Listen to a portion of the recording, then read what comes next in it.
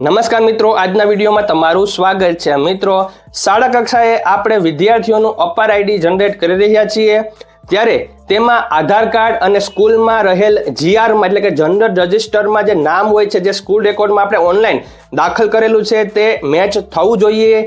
જો તેમાં કોઈ પણ આલ્ફાબેટની પણ ભૂલ હશે તો તે એક્સેપ્ટ કરવામાં આવશે નહીં।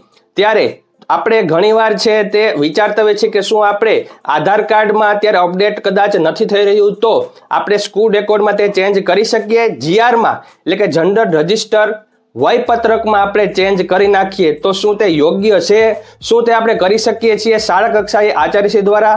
તેને લઈને એક મહત્વપૂર્ણ પરિપત્ર સામે આવ્યો છે, જે આપણે આજે જોવાનો છે કે શું આપણે સ્કૂલ રેકોર્ડમાં ફેરફાર કરી શકીએ, જીઆરમાં ફેરફાર કરી શકીએ કે નહીં, તે આપણે આજે જોશું। તો વિડીયો પૂરો જોજો જેથી કરીને તમને પૂરી માહિતી મળી જશે। તો ચાલો આજનો વિડીયો શરૂ કરીએ।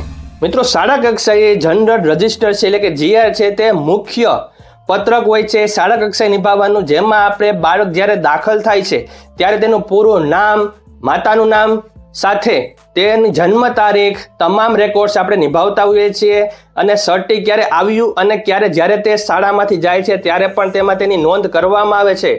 હવે જ્યારે અપાર આઈડીની વાત કરીએ તો તેમાં આપણે એક પણ ચેન્જ હોય તે આપણે શાળા કક્ષાએ શું કરી શકીએ કે ન કરી શકીએ, તો તેનો ઓફિશિયલ પરિપત્ર આપણે મોડાસાથી જાણવા મળે છે, જે આવી રહ્યો છે, જે તારીખ 3/2/2025ના રોજ કરવામાં આવેલો છે, જેમાં વિષય છે કે શાળાના વિદ્યાર્થીઓના જીઆર એટલે કે વયપત્રકમાં કોઈ પણ પ્રકારનો સુધારો ન કરવા બાબત।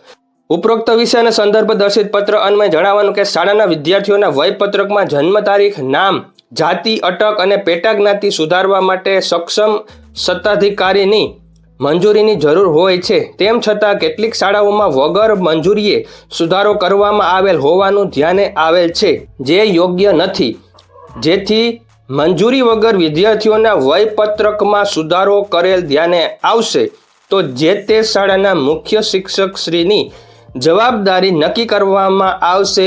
જેથી મંજૂરી વગર સુધારો ન કરવા જણાવવામાં આવે છે તેવો તાલુકા પ્રાથમિક શિક્ષણાધિકારી શ્રી મોડાસાનો ઓફિશિયલ પરિપત્ર આપણે જોયો, જે આપણે ખૂબ જ મહત્વનો છે। એટલે અહીંયા આપણે વાત સ્પષ્ટ થઈ ગઈ છે કે સ્કૂલ રેકોર્ડમાં આપણે ફેરફાર નહીં કરી શકીએ, જેમાં આપણે સક્ષમ સત્તાધિકારીની મંજૂરી લેવી જરૂરી હોય છે। તો મિત્રો, આજનો વિડીયો હતો એ આ ખૂબ જ મહત્વના અપડેટને લઈને હતો, જીઆરમાં ફેરફાર કરી શકાય કે નહીં તેના સ્પષ્ટીકરણને લઈને હતો। વિડીયો કેવો લાગ્યો જરૂર કહેજો, વિડીયો ગમે તો લાઇક કરી દેજો, ચેનલ સબસ્ક્રાઇબ કરી બેલ આઇકોન દબાવી દેજો, જેથી કરીને નવા અપડેટ્સ મળતા રહે। થેન્ક યુ વેરી મચ, જય શ્રી કૃષ્ણ।